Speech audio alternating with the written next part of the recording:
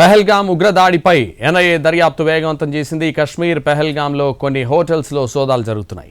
Hotels నుంచి గెస్ట్ల లిస్టులు leak అయినట్టు అనుమానాలు వ్యక్తమవుతున్నాయి.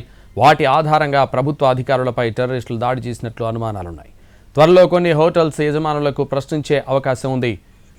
ఉగ్రదాడిపై ఎంక్వైరీకి సంబంధించి లేటెస్ట్ ఇన్ఫో శ్రీనగర్ నుంచి మా ప్రతినిధి రాజు లైవ్లో అందిస్తారు. రాజు.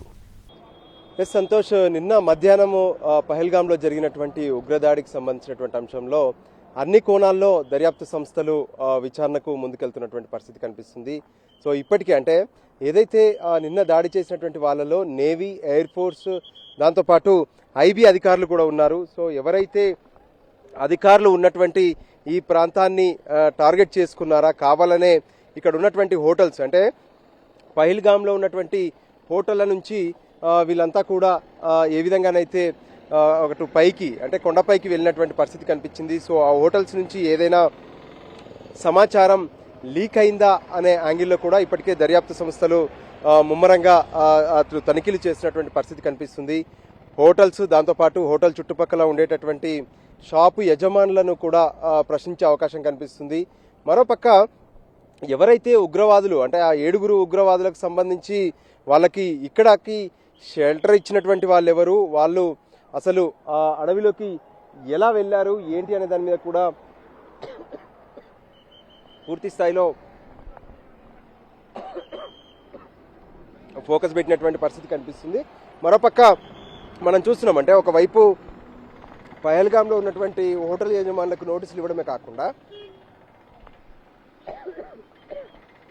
ఈ రోడ్డుపై ఉన్నటువంటి వస్తూ వెళ్తున్నటువంటి వాహనాలను సైతం పూర్తిగా తనిఖీలు చేస్తున్నారు. ఎవరు వస్తున్నారు, ఎవరు వెళ్తున్నారు, ఉగ్రవాదుల కదలికలకు సంబంధించి ఏదైనా సమాచారం దొరికే అవకాశం ఉందనే దాని మీద కూడా పూర్తి స్థాయిలో పోలీసులు దృష్టి సారించారు. మనం చూస్తున్నామంటే పహల్గామ్కు చేరుకోవడానికి ముందే పోలీసులు అయితే పెద్ద ఎత్తున పికెటింగులు నిర్వహించారు. అటు గ్రామాల నుంచి కానీ హైవేల పైన కానీ ఎవరు వెళ్ళినా సరే వాళ్ళను పూర్తిగా తనిఖీ చేసినటువంటి పరిస్థితి కనిపిస్తుంది. ఎక్కడికక్కడ పోస్టింగ్లు ప్రత్యేకంగా పెట్టి కేంద్ర బలగాలు తనిఖీ చేస్తున్నటువంటిదే మనకు ఎక్కడ చూసినా కనిపిస్తుంది. మరోపక్క పెద్ద ఎత్తున పహల్గామ్ వైపు కేంద్ర బలగాలు తరలుతున్నాయి. ఈ పరిస్థితి చూస్తుంటే ఖచ్చితంగా ఇక పహల్గామ్ వద్ద భారీగా కూంబింగ్ ఆపరేషన్లు కొనసాగే అవకాశం ఉన్నట్లుగా తెలుస్తుంది. ఎందుకంటే ఇటు చుట్టుపక్కల ఉన్నటువంటి మొత్తం భద్రతా బలగాలను పహల్గామ్ వైపే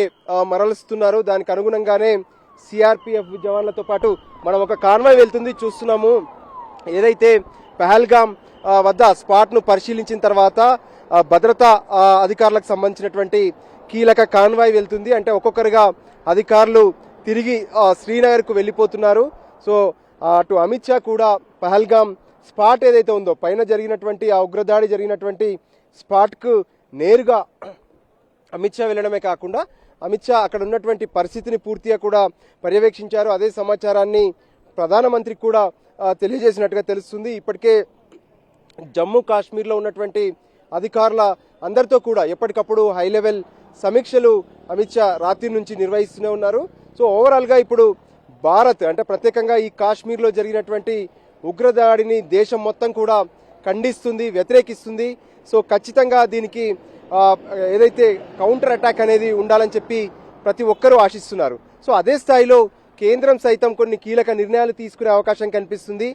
పీఓకేకి సంబంధించినటువంటి ఇష్యూ కావచ్చు, ముఖ్యంగా కాశ్మీర్ నుంచి ఏదైతే పక్కనే ఉన్నటువంటి ఎక్కడి నుంచి అయితే చొరబాటుదారులు ప్రయత్నం చేశారో పాక్ ఆక్రమిత కాశ్మీర్కు సంబంధించినటువంటి అంశంలో కావచ్చు, వీటన్నిటి విషయంలో కూడా కొన్ని కీలక నిర్ణయాలు తీసుకునే దిశగానైతే కేంద్రం అడుగులు వేస్తుంది. అందులో భాగంగానే ఉదయం నుంచి కేంద్ర రక్షణ శాఖ మంత్రి రాజ్నాథ్ సింగ్, కేంద్ర హోంశాఖ మంత్రి అమిత్ షా, మరోవైపు ప్రధాని ఎప్పటికప్పుడు అటు కేంద్ర భద్రతా అధికారులతో, భద్రతా బలగాల అధికారులతో, త్రివిధ దళాధిపతులతో మాట్లాడుతున్నటువంటి పరిస్థితి కనిపిస్తుంది.